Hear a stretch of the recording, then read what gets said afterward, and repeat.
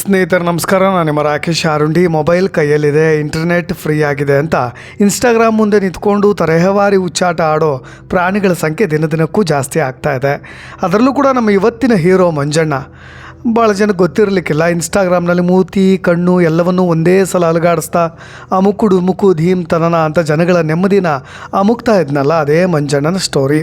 Screen ಮುಂದೆ ನಿಂತ್ಕೊಂಡು ಕ್ಯಾಮ್ರಾಗೆ ಉಗುಳೋ ಥರ ಆ್ಯಕ್ಟಿಂಗ್ ಮಾಡೋದು, ವಿಚಿತ್ರವಾಗಿ ಕೂಗಾಡೋದು, ಇದನ್ನೇ ದೊಡ್ಡ ಕಲೆ ಅಂದ್ಕೊಂಡು ಅದಕ್ಕೆ 4 ಜನ ಬೆಂಕಿ ಎಮೋಜಿ ಹಾಕಿದ ತಕ್ಷಣ ತಮ್ಮನ್ನೇ ತಾವು ಹಾಲಿವುಡ್ ಹೀರೋ ಅಂದ್ಕೊಂಡು ಬಿಡ್ತಾರೆ ನಮ್ಮ ರೀಲ್ಸ್ ರಾಯಲ್ಸ್ಗಳು. ಆದರೆ ಇವನ ಈ ರೀಲ್ಸ್ ಹುಚ್ಚಾಟ ಮೊಬೈಲ್ ಒಳಗಡೆ ಇದ್ದಿದ್ರೆ ಪರವಾಗಿರ್ತಿರಲಿಲ್ಲ, ಆದರೆ ಅದು ಪಬ್ ಒಳಗಡೆ ನುಗ್ಗಿದ್ರೆ ಏನಾಗುತ್ತೆ ಅನ್ನೋದಕ್ಕೆ ಈ ಘಟನೆಯೇ ಸಾಕ್ಷಿ. ರೀಲ್ಸ್ನಲ್ಲಿ ತೋರಿಸೋ ಈ ಹೀರೋಗಿರಿನ ಪಬ್ನಲ್ಲಿ ಮಹಿಳಾ ಸಿಬ್ಬಂದಿ ಮೇಲೆ ತೋರ್ಸೋಕೆ ಹೋಗಿ ಬಿಲ್ ಕೇಳಿದ್ರೆ ನನ್ನ ಜೊತೆ ಸೆಲ್ಫಿ ತಗೋ, ನಿನ್ನ ನಂಬರ್ ಕೊಡು ಅನ್ನೋ ರೀತಿಯಾಗಿ ರೀಲ್ಸ್ ಸ್ಟೈಲ್ನಲ್ಲೇ ಡೈಲಾಗನ್ನು ಹೊಡಿಲಿಕ್ಕೆ ನಮ್ಮ ಮಂಜಣ್ಣ ಹೋಗಿಬಿಟ್ಟಿದ್ದಾನೆ. ಕೊನೆಗೇನಾಯಿತು, ಅನ್ನಪೂರ್ಣೇಶ್ವರಿ ನಗರ ಪೊಲೀಸ್ನವರು ಸೀದಾ ಎಂಟ್ರಿ ಕೊಟ್ಟು ಯಾವುದೇ ಫಿಲ್ಟರ್ ಇಲ್ಲದೆ FIR ಹಾಕಿ ಒಳಗೆ ಕೂರಿಸಿದ್ದಾರೆ. ಇಷ್ಟು ದಿನ ಜನಗಳ ತಲೆ ಅಮುಕ್ತಾ ಇದ್ದವನಿಗೆ ಪೊಲೀಸ್ನವರು ಇವಾಗ ಸರಿಯಾಗಿ ಡುಮುಕಿಸ್ತಾ ಇದ್ದಾರೆ. ಏನಾಯ್ತು ಈ ಸ್ಟೋರಿನ ಕಂಪ್ಲೀಟಾಗಿ ನೋಡ್ತಾ ಹೋಗೋಣ. ಸ್ವಲ್ಪ ತಮಾಷೆಯಾಗಿ ಸ್ಟೋರಿನ ತೆಗೆದುಕೊಂಡು ಹೋಗ್ತೀನಿ, ಕೆಲವೊಬ್ಬರಿಗೆ ಹರ್ಟ್ ಆದರೆ ಕ್ಷಮೆ ಇರಲಿ. ವೀಕ್ಷಕರೇ, ಇವತ್ತು ನಾವು ಮಾತನಾಡ್ತಾ ಇರೋದು ಸೋಷಿಯಲ್ ಮೀಡಿಯಾದಲ್ಲಿ ಲೈಕ್ಸ್ಗಾಗಿ ಏನು ಬೇಕಾದರೂ ಮಾಡೋ, ಆದರೆ ರಿಯಲ್ ಲೈಫ್ನಲ್ಲಿ ಬಿಲ್ ಕಟ್ಟೋಕ್ಕೂ ಕೂಡ ಯೋಚನೆ ಮಾಡೋ ಒಬ್ಬ ಮಹಾನ್ ಇನ್ಫ್ಲೂಯೆನ್ಸರ್ ಬಗ್ಗೆ. ಹೌದು, ಅದೇ ನಮ್ಮ ಅಮುಕು ಡುಮುಕು ಮಂಜಣ್ಣ. ಈ ಅಮುಕು ಡುಮುಕು ಪದದ ಒಳಾರ್ಥ, ದ್ವಂದ್ವಾರ್ಥ ಅಂತಾರಾಷ್ಟ್ರೀಯ ಮಟ್ಟದಲ್ಲಿ ಚರ್ಚೆ ಕೂಡ ಆಗ್ತಾ ಇದೆ ಸೋಷಿಯಲ್ ಮೀಡಿಯಾದಲ್ಲಿ. ಆ ಅಂದ್ರೇನು, ಮೂ ಅಂದ್ರೇನು, ಕು ಅಂದ್ರೇನು, ಇಂಟ್ರೆಸ್ಟ್ ಇದ್ದವರು ಸೋಷಿಯಲ್ ಮೀಡಿಯಾವನ್ನು ಹೆಕ್ಕಿ ನೋಡ್ಬೋದು. ಇನ್ನು ಮೊಬೈಲ್ ಸ್ಕ್ರೀನ್ ಮುಂದೆ ನಿಂತು ಅಮುಕು ಡುಮುಕು ಧೀಮ್ ತನನ ಅಂತ ಕುಣಿತಾ ಇದ್ದ ಮಂಜಣ್ಣನಿಗೆ ಪಬ್ಬು ಒಳಗಡೆ ಹೋಗ್ತಾ ಇದ್ದಾಗ ಏನಾಯಿತೋ ಗೊತ್ತಿಲ್ಲ, ಕುಡ್ದಿರೋದು ಲಿಕ್ವಿಡ್ಡು, ಆದರೆ ಆ್ಯಟಿಟ್ಯೂಡ್ ಮಾತ್ರ ಸಾಲಿಡ್ಡಾಗಿ ಬಿಹೇವ್ ಮಾಡಲಿಕ್ಕೆ ಹೋಗಿದ್ದಾನೆ. ರೀಲ್ಸ್ನಲ್ಲಿ ಲಕ್ಷಾಂತರ ಜನ ಫಾಲೋವರ್ಸ್ ಇರ್ಬೋದು, ಆದರೆ ಪಬ್ನಲ್ಲಿ ಬಿಲ್ ಕೇಳಿದ್ರೆ ಸೆಲ್ಫಿ ತಗೊಳ್ಳಿ ಅಂತ ಆಫರ್ ಕೊಟ್ರೆ ಹೆಂಗೆ? ಬಿಲ್ ಕೌಂಟ್ರ್ನಲ್ಲಿ ಇರೋದು ಕ್ಯಾಶಿಯರ್. ಅಲ್ಲಿ ನೀನು ಇನ್ಸ್ಟಾಗ್ರಾಮ್ QR ಕೋಡ್ ತೋರಿಸಿದ್ರೆ ಇನ್ಸ್ಟಾಗ್ರಾಮ್ ಫಾಲೋ ಮಾಡ್ಬೋದು, ಅದರಲ್ಲಿ ದುಡ್ಡು ಹಾಕ್ಲಿಕ್ಕೆ ಆಗೋದಿಲ್ಲ. ಬಿಲ್ ಕೊಡಿ ಅಂದಿದ್ದಕ್ಕೆ ಮ್ಯಾನೇಜರ್ ಮೇಲೆ ಹಲ್ಲೆ ಮಾಡಿದಾನಂತೆ, ಪ್ರಾಣವನ್ನು ತೆಗಿತೀನಿ ಅಂತ ಬೆದರಿಕೆ ಹಾಕಿದಾನಂತೆ. ರೀಲ್ಸ್ನಲ್ಲಿ ಬರೀ ಕೈಯಲ್ಲಿ ಗಾಳಿ ಹೊಡೆಯೋ ರೌಡಿಸಮ್ ಮಾಡ್ತಾರೆ ನಮ್ಮ ಇನ್ಫ್ಲುಯೆನ್ಸರ್ಸ್ಗಳು ಅನ್ನೋದು ಇಲ್ಲಿ ಗೊತ್ತಾಗ್ತಾ ಇದೆ. ಅದೇನೋ ಅಂತಾರಲ್ಲ, ಮನೇಲಿ ಇಲಿ, ಪಬ್ನಲ್ಲಿ ಹುಲಿ, ಪೊಲೀಸ್ ಸ್ಟೇಷನಲ್ಲಿ ಬದನೆಕಾಯಿ ಬಿಳಿ ಅಂತ. ಇಷ್ಟು ದಿನ ಇನ್ಸ್ಟಾಗ್ರಾಮ್ ಕಮೆಂಟ್ ಸೆಕ್ಷನ್ನಲ್ಲಿ ಬೆಂಕಿ ಬ್ರೋ, ಧೂಳು ಬ್ರೋ ಅಂತಿದ್ದವರಲ್ಲ, ಇವಾಗ FIR ಕಾಪಿ ನೋಡಿ ಯಾಕೋ ಮಂಜ ಅಮುಕ ಬಿಟ್ರಲ್ಲೋ ನಿನ್ನ ಅಂತ ಟ್ರೋಲ್ ಕೂಡ ಮಾಡ್ತಾ ಇದ್ದಾರೆ. ಈಗ ಅನ್ನಪೂರ್ಣೇಶ್ವರಿ ನಗರ ಪೊಲೀಸ್ನವರು ಮಂಜಣ್ಣನಿಗೆ ಒಂದು ಹೊಸ ಲೊಕೇಶನ್ ಸೆಟ್ ಮಾಡಿದ್ದಾರೆ. ಅಲ್ಲಿ ಯಾವುದೇ ಫಿಲ್ಟ್ರ್ ಕೂಡ ಇರೋದಿಲ್ಲ, ರೀಟೇಕ್ ಕೂಡ ಇರೋದಿಲ್ಲ, ಠಾಣೆಯ ಒಳಗಡೆ ಇನ್ಸ್ಟಾಗ್ರಾಮ್ ಲೈವ್ ಕೂಡ ಬರೋಕ್ಕಾಗೋದಿಲ್ಲ. ಅಲ್ಲಿ ಏನಿದ್ರು ಕೂಡ ಪೊಲೀಸ್ನವರದ್ದೇ ಒನ್ ಟೇಕ್ ಓಕೆ ಆ್ಯಕ್ಷನ್.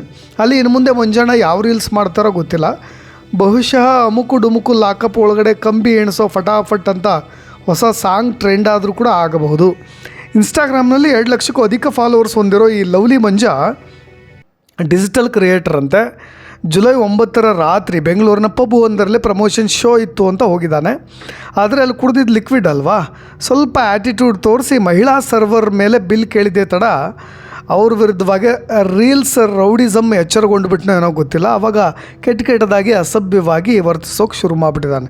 ಒಂದು ಹಂತದಲ್ಲಿ ಮಹಿಳಾ ಸಿಬ್ಬಂದಿ ಕೈ ಹಿಡಿದು ಎಳೆದಾಡಿದ್ದು ಮಾತ್ರ ಅಲ್ಲದೆ ಇಡೀ ಸಮಾಜ ತಲೆ ತೆಗೆಸುವಂತೆ ನಿನ್ನ ರೇಟ್ ಎಷ್ಟು ಅಂತಲೂ ಕೂಡ ಅಸಭ್ಯವಾಗಿ ಕೇಳಿದ್ದಾನೆ ಅಂತ ದೂರಿನಲ್ಲಿ ಉಲ್ಲೇಖ ಮಾಡಿರೋದು. FIRನಲ್ಲಿರೋದನ್ನು ನಾನು ಡೀಟೇಲ್ಡಾಗಿ ಹೇಳ್ತಾ ಹೋಗ್ತಾ ಇದ್ದೀನಿ. ಅಷ್ಟೇ ಅಲ್ಲ, ಅಲ್ಲಿರ್ತಕ್ಕಂಥ ಬೇರೆ ಯುವತಿಯರ ಫೋನ್ ನಂಬರ್ ಕೇಳಿ ಪೀಡಿಸೋದು, ನಂಬರ್ ಕೊಡು ಅಂತ ಬಲವಂತವಾಗಿ ಕೇಳೋದು, ಸೆಲ್ಫಿ ತಗೋ ಅಂತ ಹೇಳೋದು. ನೋಡಿ, ರೀಲ್ಸ್ನಲ್ಲಿ ಮಾಡೋ ಹುಚ್ಚಾಟವನ್ನೆಲ್ಲ ರಿಯಲ್ ಲೈಫ್ನಲ್ಲೂ ಮಾಡಲಿಕ್ಕೆ ಹೋಗಿರೋದು ಇವನು. ತಡೆಯೋಕೆ ಬಂದಂಥ ಪಬ್ ಮ್ಯಾನೇಜರ್ ಮೇಲೂ ಕೂಡ ಹಲ್ಲೆ ಮಾಡಲಿಕ್ಕೆ ಮುಂದಾಗಿದ್ದಾನಂತೆ. ಜೊತೆಗೆ ನಿನ್ನ ತೆಗೆದು ಬಿಡ್ತೀನಿ, ಮುಗಿಸಿಬಿಡ್ತೀನಿ ಅಂತ ಬೆದರಿಕೆ ಕೂಡ ಹಾಕಿಬಿಟ್ಟಿದ್ದಾನೆ. ಈಗ ಅನ್ನಪೂರ್ಣೇಶ್ವರಿ ನಗರ ಪೊಲೀಸ್ನವರು ಮಂಜು ಮತ್ತು ಆ ಗ್ಯಾಂಗ್ ವಿರುದ್ಧ ಹೊಸದಾಗಿ ಬಂದಿರೋ ಭಾರತೀಯ ನ್ಯಾಯ ಸಂಹಿತೆ BNSS ಆ್ಯಕ್ಟ್ ಅಡಿಯಲ್ಲಿ ದೌರ್ಜನ್ಯದ ಕೇಸ್ ಸೇರಿದ ಹಾಗೆ ಗಂಭೀರ ಪ್ರಕರಣಗಳನ್ನೇ ಜಡಿದು ಅಮುಕ್ತಾ ಇದ್ದಾರೆ. ಇನ್ನು ಮಂಜಣ್ಣನಿಗೆ ಸಪೋರ್ಟ್ ಮಾಡಿ ದೂರುದಾರರಿಗೆ ಫೋನ್ನಲ್ಲಿ ಬೈದಿರ್ತಕ್ಕಂಥ ಆತನ ತಾಯಿ ಮೇಲೂ ಕೂಡ ದೂರನ್ನು ದಾಖಲಿಸಲಾಗಿದೆ. ಮಂಜು ತನ್ನ ಇನ್ಸ್ಟಾಗ್ರಾಮ್ ಖಾತೆಯಲ್ಲಿ ಅಪ್ಲೋಡ್ ಮಾಡ್ತಾ ಇದ್ದಂಥ ವೀಡಿಯೋಗಳನ್ನು ನೀವೇನಾದರೂ ಗಮನಿಸಿದರೆ ಒಂದು ವಿಷಯ ಸ್ಪಷ್ಟವಾಗುತ್ತೆ, ಅಲ್ಲಿ ಯಾವುದೇ ಕಲೆ ಇಲ್ಲ, ಅಥವಾ ಸೃಜನಶೀಲತೆ ಕೂಡ ಇರಲಿಲ್ಲ. ಮುಖವನ್ನು ವಿಕಾರವಾಗಿ ಮಾಡ್ಕೊಳ್ಳೋದು, ಕಣ್ಣುಗಳನ್ನು ಉಳಿಸೋದು, ಮೂತಿಯನ್ನು ಸೊಟ್ಟ ಮಾಡ್ಕೊಳ್ಳೋದು, ಅಮುಕು ಡುಮುಕು ಅಮುಕು ಅಂತ ಏನೇನೋ ಪದಗಳನ್ನು, ಪ್ರಾಸ ಪದಗಳನ್ನು ಹೇಳಲಿಕ್ಕೆ ಹೋಗೋದು. ಅದಕ್ಕೆ ದೊಡ್ಡ ದೊಡ್ಡ ಸ್ಟಾರ್ ನಟರು ಕೂಡ ಸಪೋರ್ಟ್ ಮಾಡಿದ್ದಾರೆ. ಅದು ವಿಪರ್ಯಾಸ. ನಮ್ಮ ಕನ್ನಡ ಚಿತ್ರರಂಗದ ಕೆಲವೊಂದು ಭಾರಿ ದುರಂತ ಅಂತಲೂ ಕೂಡ ನಾನು ಕರಿತೀನಿ. ಇಂಥವ್ರನ್ನೆಲ್ಲ ಎನ್ಕರೇಜ್ ಮಾಡೋದು. ಈ ಥರದವ್ರು ರಿಯಾಲಿಟಿ ಶೋಗಳಿಗೆ ಬಂದರೂ ಕೂಡ ಅಚ್ಚರಿ ಇಲ್ಲ. ಅನೇಕ ಕಾರ್ಯಕ್ರಮಗಳಲ್ಲಿ ಈಗಾಗಲೇ ಕಾಣಿಸ್ಕೊಳ್ತಾ ಇದ್ದಾರೆ. ಸಿನಿಮಾ ಪ್ರಮೋಷನ್ಸ್ಗಳಲ್ಲೂ ಕೂಡ ಈತ ಇದ್ದಾನೆ. ಈತ ಏನು ಮಾಡೋದಿಲ್ಲ, ಅಲ್ಲಿ ಬಂದ ತಕ್ಷಣ ಅವರೇ ನನ್ನ ದೊಡ್ಡ ಫ್ಯಾನ್ ಅನ್ನೋ ರೀತಿಯಾಗಿ ಅವ್ರ ಮೇಲೆ ಒಂದು ಹಾಡನ್ನು ಕಟ್ಟೋದು, ಈ ರೀತಿಯಾಗಿ ನಾನು ಭಾರಿ ಸೈನಿಕನ ಥರ ಜೊತೆಗೆ ನಿಂತ್ಕೊಳ್ತೀನಿ, ಕಾಯ್ತೀನಿ ಅಂತ ಹೇಳಿ ಗಡಿಯಲ್ಲಿ ಸೈನಿಕರ ಥರ ನಿಂತ್ಕೊಳ್ಳೋ ರೀತಿಯಾಗಿ ನಮ್ಮ ಕರ್ನಾಟಕದ ಹೀರೋಗಳ ಪಕ್ಕ ನಿಂತ್ಕೊಂಡು ಒಂದು ಸೆಲ್ಫಿಯನ್ನು ತೆಗೆದುಕೊಳ್ಳೋದು, ಬ್ಯಾಕ್ಗ್ರೌಂಡ್ಗೆ ಮ್ಯೂಸಿಕ್ಗೆ ಲಿಪ್ ಸಿಂಕ್ ಮಾಡೋದು ಈತನ ಮುಖ್ಯ ಕಲೆ. ಈತನ ವೀಡಿಯೋಗಳ ಕೆಳಗೆ ಬರ್ತಕ್ಕಂಥ ಕಮೆಂಟ್ಗಳನ್ನು ನೋಡಿದ್ರೆ 90% ಜನ ಈತನನ್ನು ತೀವ್ರವಾಗಿ ಟ್ರೋಲ್ ಮಾಡ್ತಾಯಿದ್ರು, ಬೈತಾಯಿದ್ರು. ಆದರೆ ಸೋಷಿಯಲ್ ಮೀಡ್ಯಾದಲ್ಲಿ ಏನಾಗ್ಬಿಟ್ಟಿದೆ ಅಂದರೆ, ಈ ಬೈಗಳ ಕೂಡ ಒಂದು ವ್ಯೂಸ್ ತಂದು ಕೊಡ್ತಕ್ಕಂಥ ಒಂದು ಸಾಧನ. ನಿಮಗೆ ಯಾರ್ಯಾರು ಹೆಚ್ಚೆಚ್ಚು ಕಮೆಂಟ್ಸ್ ಮಾಡ್ತಾ ಹೋಗ್ತಾರೋ ನೀವು ಫೇಮಸ್ ಆಗ್ತಾ ಹೋಗ್ತೀರಿ, ಜೊತೆಗೆ ಟ್ರೋಲ್ ಆಗ್ತೀರಿ, ಜನಪ್ರಿಯತೆ ಬಂದುಬಿಡುತ್ತೆ. ಅದೇ ನಿಮಗೆ ಒಂದು ಸಾಧನೆ ಅನ್ನೋ ಥರದಲ್ಲಿ ಆಗಿಬಿಟ್ಟಿದೆ. ಈಗಿನ ಟ್ರೆಂಡಿಂಗ್ ಆಗಿದೆ ನೋಡಿ. ಮಂಜು ಇದನ್ನೇ ತನ್ನ ಯಶಸ್ಸು ಅಂತ ಹೇಳಿ ಆತನೇ ನಂಬ್ಕೊಂಡ್ಬಿಟ್ಟಿದ್ದಾನೆ. ಜನರು ನನ್ನನ್ನು ನಗ್ತಾ ಇದ್ದಾರೆ ಅನ್ನೋದಕ್ಕಿಂತ ಜನರು ನನ್ನನ್ನೇ ನೋಡ್ತಾ ಇದ್ದಾರೆ ಅನ್ನೋ ಅಹಂಕಾರ ಈತನ ವೀಡಿಯೋಗಳಲ್ಲಿ ಎದ್ದು ಕಾಣ್ತಾ ಬರ್ತಾ ಇದೆ ನೋಡಿ. ಮಂಜುನ ವೀಡಿಯೋಗಳಲ್ಲಿ ಆಗಾಗ ಆ್ಯಟಿಟ್ಯೂಡ್ ತೋರಿಸ್ತಕ್ಕಂಥ, ಡೈಲಾಗ್ ಹೊಡಿತಕ್ಕಂಥ, ತಾನೊಬ್ಬ ದೊಡ್ಡ ಡಾನ್ ಅಂತ ಸೆಲೆಬ್ರಿಟಿ ಎಂಬಂತೆ ಬಿಂಬಿಸ್ಕೊಳ್ಳುವ ಪ್ರಯತ್ನಗಳು ಕೂಡ ಇದ್ದಾವೆ. ಇನ್ನು ಈ ಸೋಷಿಯಲ್ ಮೀಡಿಯಾದ ಈ ವರ್ಚುವಲ್ ಜಗತ್ತಿದೆಯಲ್ಲ, ಕಾಲ್ಪನಿಕ ಜಗತ್ತು ಅಂತೇಳಿ ಕರಿಬೋದು, ಈತನ ನಿಜವಾದ ವ್ಯಕ್ತಿತ್ವದ ಮೇಲೆ ಭೀಕರವಾದಂಥ ಪರಿಣಾಮ ಬೀರಿದೆ ಅನ್ನೋದು ಈ ಪಬ್ನಲ್ಲಿ ನಡೆದಂಥ ಘಟನೆಯಿಂದ ಸಾಬೀತಾಗಿದೆ. ಇನ್ನು ಸ್ನೇಹಿತರೆ, ಜುಲೈ 9 ರಾತ್ರಿ ಬೆಂಗಳೂರಿನ ಪಬ್ ಒಂದರಲ್ಲಿ ಪ್ರಮೋಷನ್ ಕಾರ್ಯಕ್ರಮಕ್ಕೆ ಹೋದಾಗ ಅವನ ಅಸಲಿ ಮುಖವಾಡ ಈಗ ಕಳಚಿ ಬಿದ್ದಿರೋದು. ಬಿಲ್ ಕೇಳಿದ ಸಿಬ್ಬಂದಿಗೆ ನನ್ನ ಜೊತೆ ಸೆಲ್ಫಿ ತಗೋ ಅಂತ ಆರ್ಡ್ರ್ ಮಾಡಿದ್ದು, ಆಕೆ ನಿರಾಕರಿಸಿದಾಗ ಸಾರ್ವಜನಿಕವಾಗಿ ಕೆಟ್ಟ ಪದಗಳಿಂದ ನಿಂದನೆ ಮಾಡಿದ್ದು ಆತನ ಅಹಂಕಾರದ ಪರಮಾವಧಿ ಎಷ್ಟಿದೆ ಅನ್ನೋ ತೋರಿಸ್ತಾ ಇದೆ. ಅಷ್ಟೇ ಅಲ್ಲದೆ ಈ ಗಲಾಟೆಯ ವಿಡಿಯೋ ವೈರಲ್ ಆದ ನಂತರವೂ ಕೂಡ ಅವರಿಗೆ ಫೋನ್ ಮಾಡಿ ಮತ್ತು ಬೆದರಿಕೆ ಹಾಕಿರೋದು, ಮತ್ತು ಆತನ ತಾಯಿಯೂ ಕೂಡ ಇದಕ್ಕೆ ಸಾಥ್ ನೀಡಿರೋದು ಇಡೀ ಕುಟುಂಬದ ಕಾನೂನು ಬಾಹಿರ ವರ್ತನೆಗೆ ಸಾಕ್ಷಿ ಆಗ್ತಾ ಇದೆ. ಸ್ನೇಹಿತರೆ, ಇವೆಲ್ಲವನ್ನೂ ಕೂಡ ನಾವು ಸೂಕ್ಷ್ಮವಾಗಿ ಗಮನಿಸಬೇಕಾಗತ್ತೆ. ಇತ್ತೀಚೆಗೆ ನಮ್ಮ ಕನ್ನಡ ಚಿತ್ರರಂಗ ಆರಂಭದಲ್ಲೇ ನಾನು ಅದನ್ನು ಹೆಸರು ತಗೊಂಡೆ, ಜಾಗತಿಕ ಮಟ್ಟದಲ್ಲಿ ಹೆಸರು ಮಾಡ್ತಾ ಇದೆ ಅಂತ ನಾವು ಕೂಡ ಬೀಗ್ತಾ ಇದ್ದೀವಿ. ಇಂಥ ಸಮಯದಲ್ಲಿ ಸಿನಿಮಾಗಳನ್ನು ಜನರಿಗೆ ಬೇಗ ತಲುಪಿಸ್ಬೇಕು, ಹೊಸ ಪ್ರಮೋಷನ್ ತಂತ್ರಗಳನ್ನು ಬಳಸಬೇಕು, ಓಕೆ, ಕ್ರಿಯೇಟಿವಿಟಿ ಒಪ್ಕೊಳ್ಳೋಣ. ಆದರೆ ನೀವು ಕೇವಲ ರೀಲ್ಸ್ ಟ್ರೆಂಡಿಂಗ್ ಅಥವಾ ವೈರಲ್ ಆಡಿಯನ್ಸ್ ಸಿಗ್ತಾರೆ ಅಂತ ಹೇಳಿ ಅದೊಂದೇ ಕಾರಣಕ್ಕೆ ಯಾವುದೇ ಕಲೆ ಇಲ್ಲದ ಅಸಭ್ಯವಾಗಿ ವರ್ತನೆ ಮಾಡೋ, ಹುಚ್ಚುನ್ ಥರ ಆಡ್ತಕ್ಕಂಥ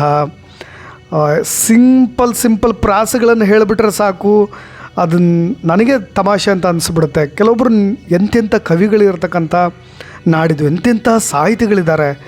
ಅವ್ರ ನ್ಯಾಲಿಗೆಯಲ್ಲಿ ಸರಸ್ವತಿನೇ ನಲ್ದಾಡ್ತಾಳೆ, ಆ ಥರದ ಪದಗಳನ್ನು ಉಳಿಸಿ ಕವಿತೆಗಳನ್ನು ಬರೀತಕ್ಕಂಥ ಕವಯತ್ರಿಗಳಿದ್ದಾರೆ, ಸಾಹಿತಿಗಳಿದ್ದಾರೆ, ಕವಿಗಳಿದ್ದಾರೆ.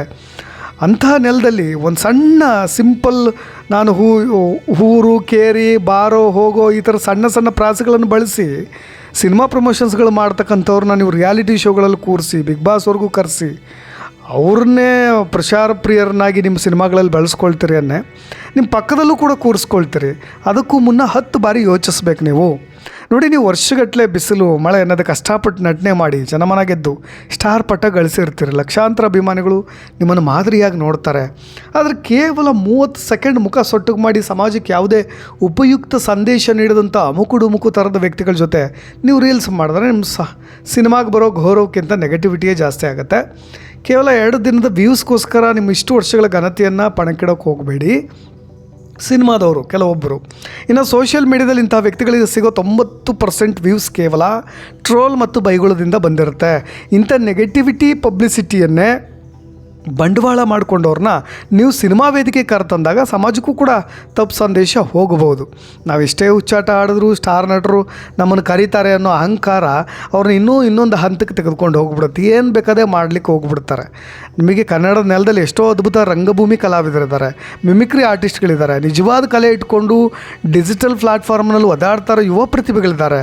ಪ್ರಮೋಷನ್ ಮಾಡಬೇಕು ಅಂದರೆ ಆ ಥರದ್ದು ಏನಾದರೂ ಕ್ರಿಯೇಟಿವ್ ತುಂಬ ರಿಯಲ್ ಟ್ಯಾಲೆಂಟ್ ಇರೋರನ್ನ ಕರೆಸಿ ನಿಮ್ಮ ಜೊತೆ ವೇದಿಕೆ ಹಂಚ್ಕೊಳ್ಳಿ. ಆವಾಗ ನಿಮ್ಮ ಸಿನಿಮಾಗೂ ಕೂಡ ಗೌರವ ಸಿಗುತ್ತೆ. ಕೊನೆಯದಾಗಿ ತುಂಬ ಚುಟುಕಾಗಿ ಹೇಳ್ಬಿಡ್ತೀನಿ, ಒಂದು ಕಾಲ ಇತ್ತು ಸಮಾಜದಲ್ಲಿ ಸ್ಟಾರ್ ಅಥವಾ ಸೆಲೆಬ್ರಿಟಿ ಅನ್ಕೋಬೇಕಂದ್ರೆ ಅದ್ಭುತವಾದ ನಟನೆ ಬರಬೇಕಿತ್ತು, ಇಲ್ಲ ದೇಶಕ್ಕೆ ಹೆಸರು ಥರ ಸಾಧನೆ ಮಾಡಬೇಕಿತ್ತು, ಕನಿಷ್ಠ ಪಕ್ಷ 4 ಜನಕ್ಕೆ ಉಪಯೋಗ ಆಗೋ ಬುದ್ಧಿವಂತಿಕೆ ಆದರೂ ಇರಬೇಕಾಗಿತ್ತು. ಆದರೆ ಇವತ್ತಿನ ಇನ್ಸ್ಟಾಗ್ರಾಮ್ ಮತ್ತು ಯೂಟ್ಯೂಬ್ ಜಗತ್ತಿಗೆ ಧನ್ಯವಾದವನ್ನೇ ಹೇಳಬೇಕು ಅನಿಸುತ್ತೆ.